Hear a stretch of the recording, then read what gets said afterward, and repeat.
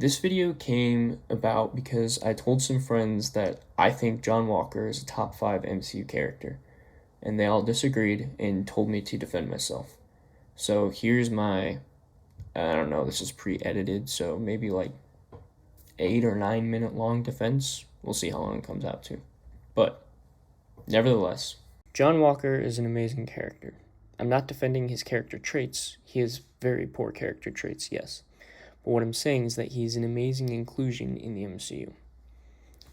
Just fair warning here, there are some major spoilers for the Falcon Winter Soldier, Thunderbolts, and the entire MCU as a whole, so you have been warned.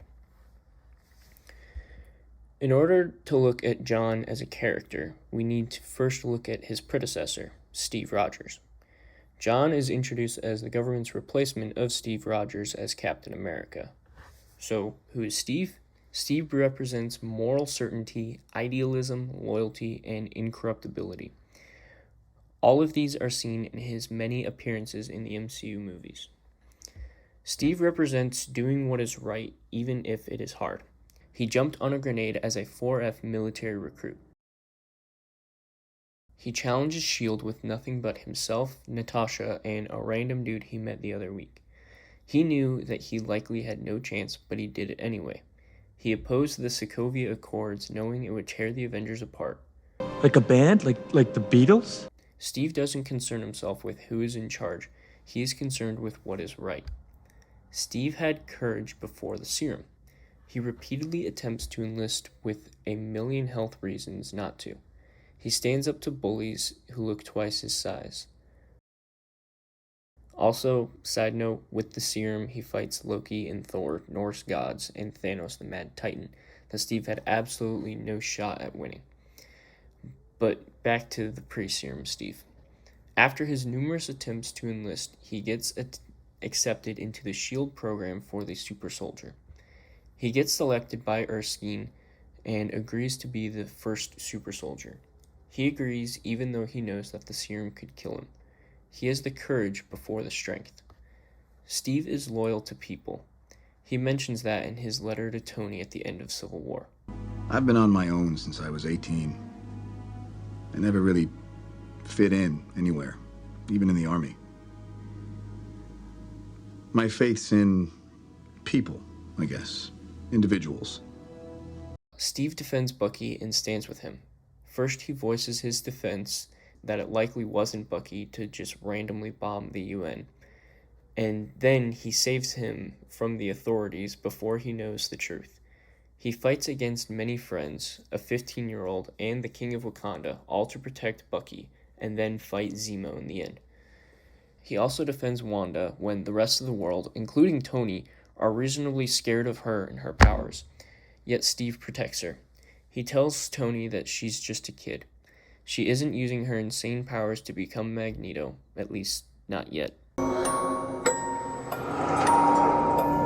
Steve is also not loyal to organizations. In First Avenger, he disobeys direct orders just to save Bucky and the rest of the 107th.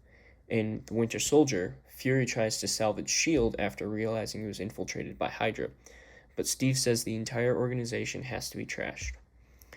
In Civil War, Steve leaves the Avengers because he wants the freedom to go on any mission to protect any person, while the UN may not let the Avengers do that, or they may send the Avengers on a mission that he doesn't believe in. Steve is a leader. I mean, his title is Captain America. But Steve doesn't just command. I mean, in Avengers he does give the battle plan, but he leads by example and inspires everyone around him. He gives many inspiring speeches. It is a character trait. Even Rocket Raccoon and Ant-Man acknowledge it. He's pretty good at that. Right? All right. He inspires the S.H.I.E.L.D. agents not working for Hydra to fight. But again, he doesn't ask them to do anything he is unwilling to do. He himself takes on the task of destroying the helicarriers and fighting Bucky. And finally, his worthiness. We all remember when Steve lifted Mjolnir in Endgame. It was insane. Steve is worthy to lift a weapon very few can.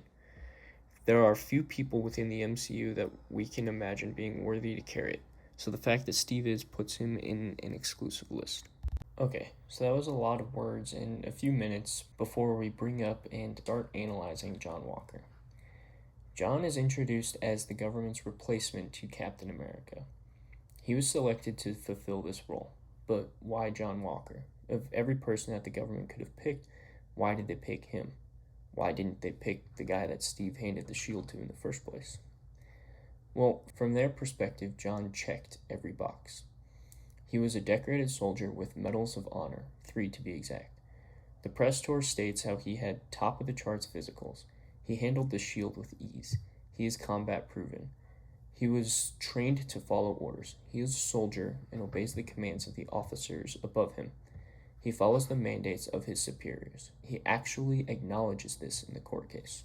This is what the suits would want in their Captain America.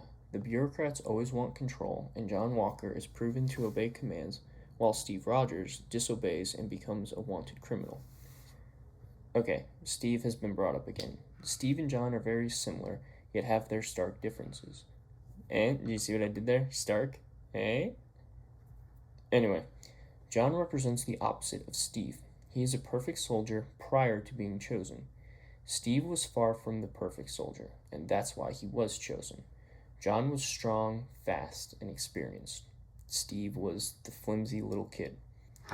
Here's where we focus now. Why is John top 5 MCU character? John shows that it is hard to be Captain America. He was given the mantle and failed in how long? A few weeks at most.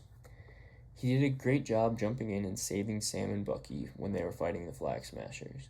And then he got Bucky released from prison. All great things. He tried to work alongside the two of them, and honestly, they were being jerks. He didn't take on the mantle by himself. The government handed it to him.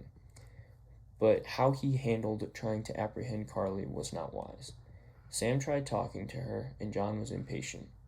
John should have waited to see what would happen in the end. He should not have engaged in a fistfight, especially when he was outnumbered and outmuscled.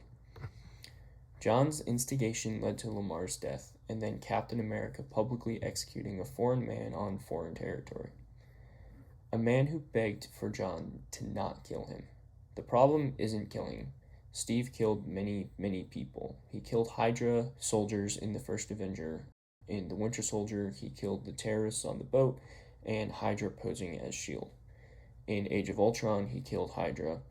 In Civil War, he definitely killed terrorists working with Crossbones.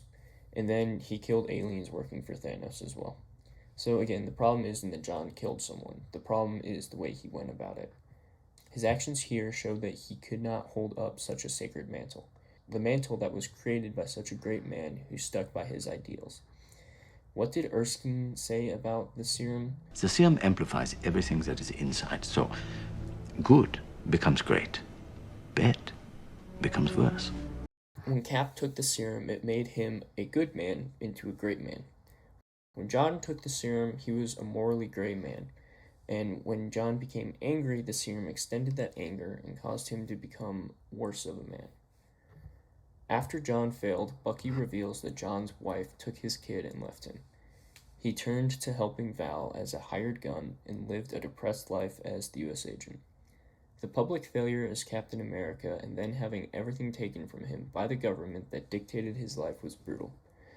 And then his wife left him. There are many personal failures that people have to live with. Losing a job, a car crash, a breakup, poor investments.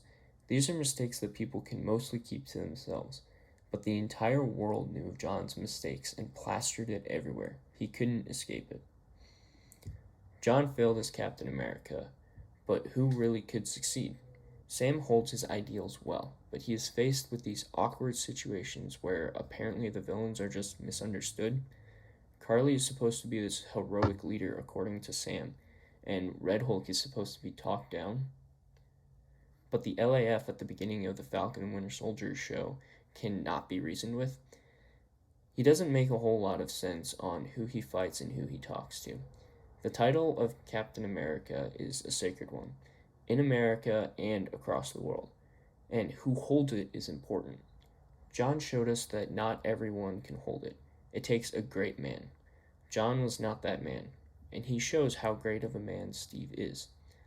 John does have some redemption in the Thunderbolts as he worked with the team and saves pedestrians, protects Bob, and my personal favorite, absolutely decks Bob's abusive father. So hopefully we will see more growth of him in Doomsday and beyond, but his inclusion to the MCU shows how great Steve was. He shows how sacred the shield and mantle are, and he is truly just a flawed man. He is a top 5 MCU character in my book.